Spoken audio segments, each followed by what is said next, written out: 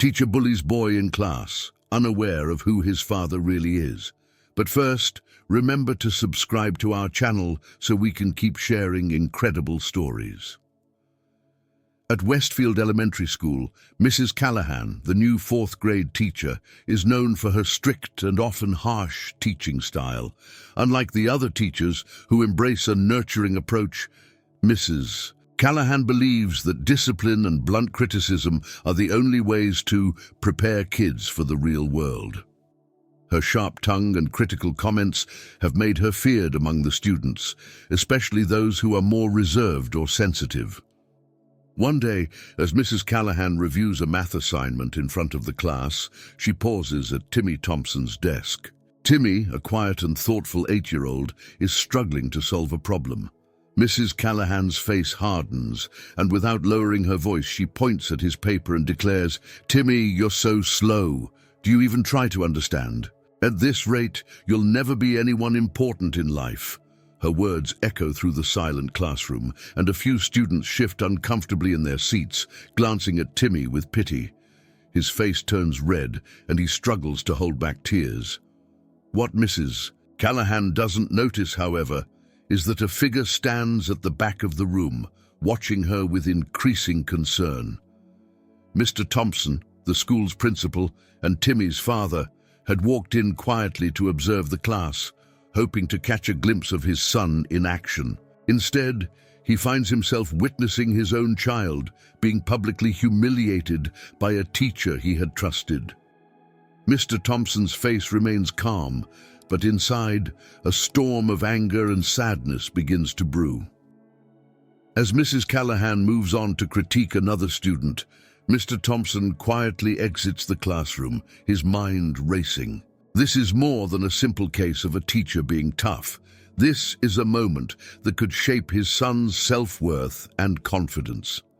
Determined to address the issue, Mr. Thompson decides to observe further, gathering more information on Mrs. Callahan's methods before taking action. With his heart heavy, he wonders just how deep this problem goes and what impact it may already be having on Timmy and other students in the class.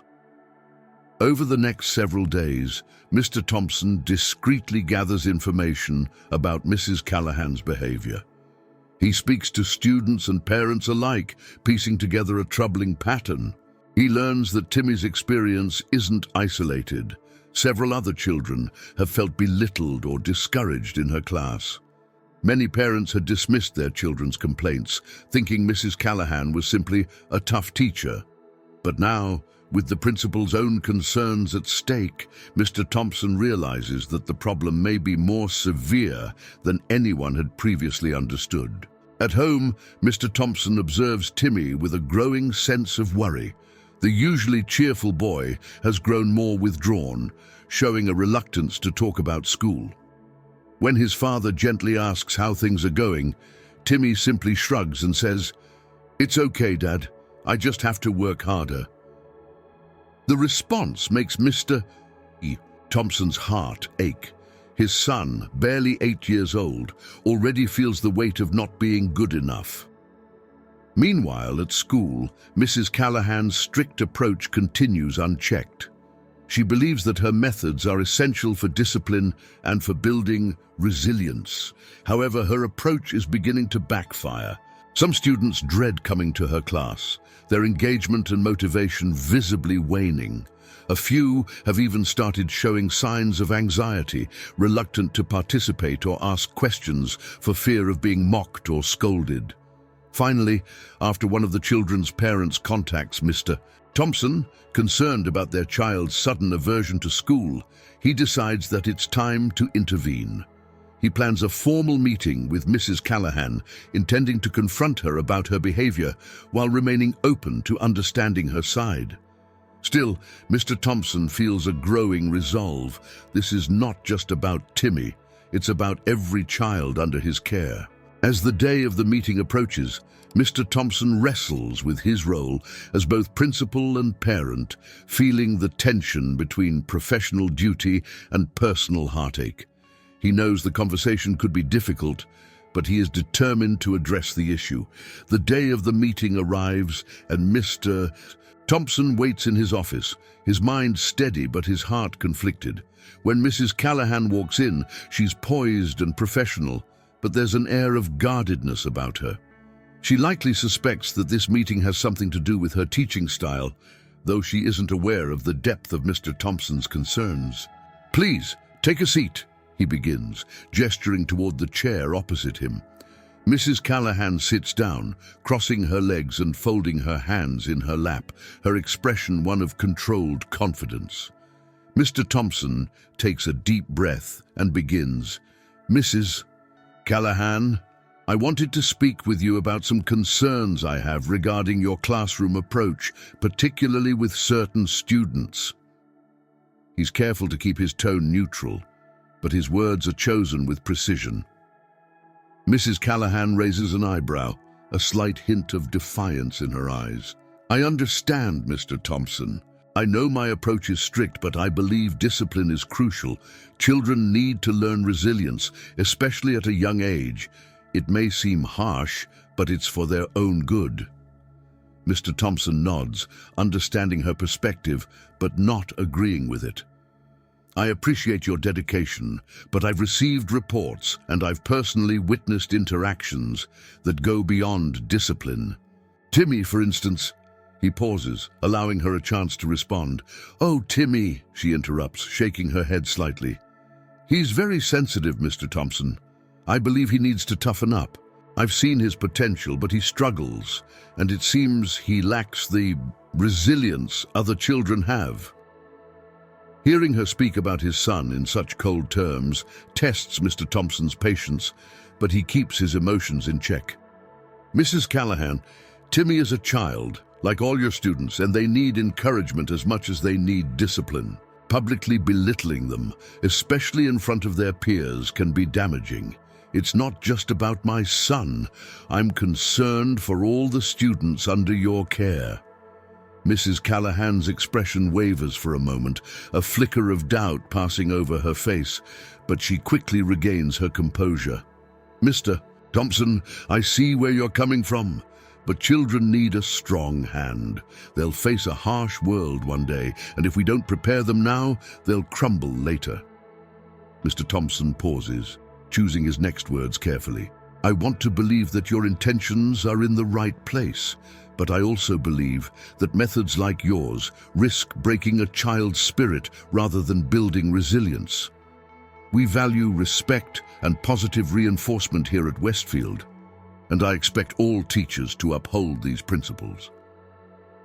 Mrs. Callahan sits in silence, absorbing his words. Though she doesn't say anything more, the confrontation has left her visibly unsettled. Mr. Thompson senses that she may finally be questioning her methods.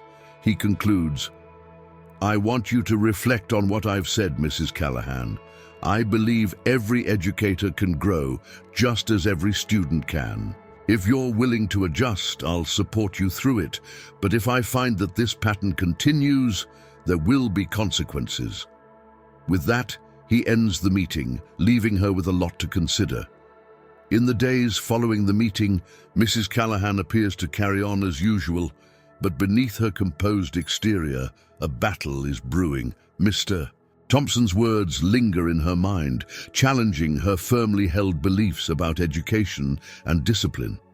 She replays their conversation repeatedly, feeling a mix of frustration and self-doubt. For years, she's prided herself on being the teacher who gets results, but now, for the first time, she wonders if her approach is truly effective or simply harmful. As she struggles with her thoughts, Mrs. Callahan's perspective shifts dramatically when she overhears two students talking during recess. She's heading back to her classroom when she catches Timmy's voice from around the corner, speaking softly to a friend. "I'm just not smart enough," Timmy says, his voice barely above a whisper. "Mrs. Callahan says I can't keep up with the other kids. Maybe she's right. Maybe I'll never be good at anything." Mrs. Callahan stops, frozen by his words. Her heart sinks as she realizes the impact of her harsh criticism, not just on Timmy's confidence, but on his entire sense of self-worth. She hadn't meant to make him feel so defeated, but she can see now how her words have cut deeper than she intended. The idea that she might be the reason a child feels small and incapable is a bitter pill to swallow. That evening, Mrs. Callahan finds herself in deep reflection. She thinks back on her own childhood, remembering how a teacher's encouragement had once lifted her up when she felt insecure. She realizes how important it is to balance discipline with empathy and begins to question why she ever thought fear and criticism were better motivators than support and kindness. The next day, she approaches Mr. Thompson, a look of newfound humility on her face. "Mr. Thompson, I wanted to apologize," she begins, her voice softer than usual. "I realize now that my approach may have done more harm than good, especially with Timmy. I didn't fully understand the weight of my words." Mr. Thompson regards her with a measured expression, sensing the sincerity in her tone. "Thank you for saying that, Mrs. Callahan. Recognizing the impact of our actions is the first step toward change. Are you open to trying a different approach moving forward?" She nods, determined. "I am. I don't want to be the reason any child feels less than they are. I'd like to find ways to encourage them instead, and I'd appreciate any guidance you could offer." Moved by her openness, Mr. Thompson agrees to help her, providing resources on positive reinforcement and discussing ways she can build trust and support in her classroom. For Mrs. Callahan, it's a humbling but transformative moment, one that marks the beginning of a new approach to teaching and a chance to make amends with the students she's hurt. As she leaves his office, Mrs. Callahan feels a sense of relief, mixed with a determination to make things right. But she knows that this is only the beginning of the journey, and she's willing to do whatever it takes to regain the trust of her students. Determined to make a fresh start, Mrs. Callahan approaches her students the next morning with an unusual expression of warmth. As the class settles in, she takes a deep breath and addresses them directly. "Good morning, class," she begins, her voice steady but sincere. "I'd like to talk to you all for a moment." The students look up, a bit surprised, as they aren't used to this tone from her. Mrs. Callahan continues, "I realize that I haven't always treated each of you with the kindness and respect you deserve. I thought that by being strict, I was helping you prepare for the future, but I've come to understand that sometimes my words may have hurt you instead. I'm truly sorry for that. From now on, I want to be a teacher who helps you feel strong and capable, not afraid or discouraged." A ripple of surprise and relief moves through the room. The students, especially Timmy, look at her with a mixture of surprise and curiosity. For the first time, Mrs. Callahan sees a glimmer of hope and trust in their eyes. She smiles and makes a silent promise to herself that she will earn that trust fully, no matter how long it takes. Over the following weeks, Mrs. Callahan works hard to change her ways. She encourages students to ask questions without fear of ridicule and praises their efforts as much as their achievements. Slowly, the atmosphere in her classroom shifts from one of tension to one of mutual respect and encouragement. Timmy, in particular, begins to blossom under this new approach. His confidence grows, and with it, his enthusiasm for learning. For the first time, he raises his hand eagerly in class, answers questions without fear, and even begins to show leadership in group activities. Mr. Thompson watches this transformation with quiet pride, especially as he sees the positive effects it has on Timmy. His son, once burdened by self-doubt, is now coming into his own, feeling supported both at school and at home. The bond between father and son grows stronger as they discuss Timmy's newfound excitement for learning each evening. As the school year progresses, Mrs. Callahan earns back the trust of her students, transforming into a teacher who is no longer feared, but respected and even liked. she becomes a valued part of the Westfield Elementary community, known now not for her strictness, but for her compassion and dedication. By the end of the year, during the school's annual awards ceremony, Mrs. Callahan is surprised when Mr. Thompson calls her up to the stage. Today, we're recognizing a teacher who showed us all that it's never too late to change for the better, he says, his eyes shining with pride. The students and parents give her a standing ovation, a moment that humbles her and reaffirms the journey she's taken. As she stands on that stage, Mrs. Callahan glances at Timmy in the crowd, who beams back at her with a confidence that she once feared she'd destroyed.